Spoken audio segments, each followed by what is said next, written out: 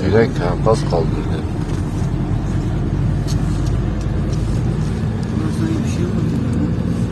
Malatya'nın çarşı merkezi. Merkez. Burası çarşı merkezi değil mi?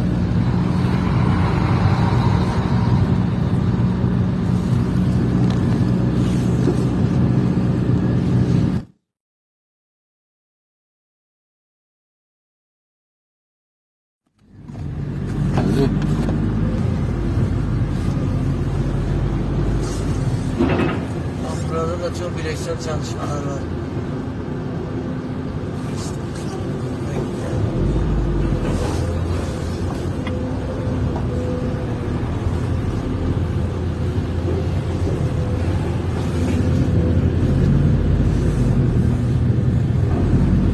Buralar tamamen yıkılmış ya. Sokakta sağlam bina yok. Düşmeyen de ondan sonra ağır hasar.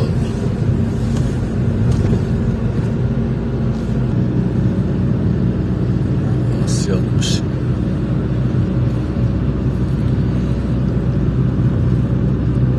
Umut Kervanı olarak Bingöl, Karlova, Malatya, Muş, Mardin illerindeki, Elazığ illerindeki arkadaşlarımızla beraber gönüllüler ve üyeler olarak Malatya'daki depremzedelere yardım amacıyla geldik.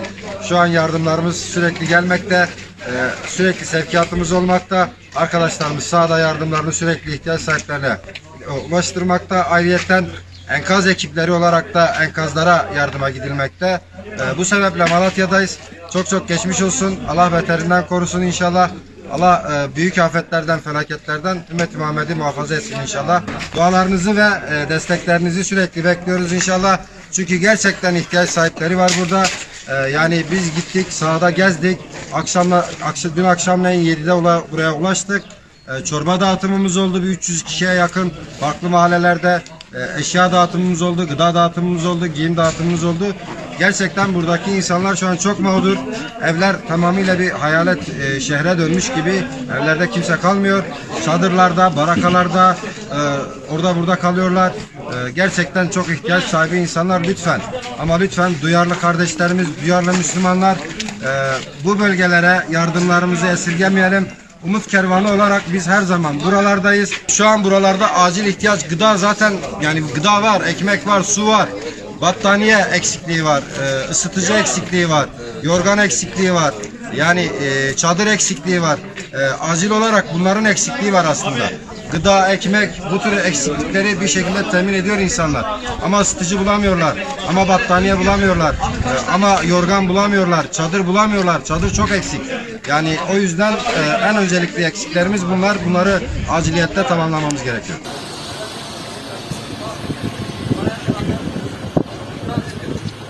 Malatya Umut Kervanı, Elazığ, Muş, Mardin, Bingöl, Umut Kervanı temsilcilikleriyle entegre bir şekilde Malatya'da yardım çalışmalarını sürdürüyor.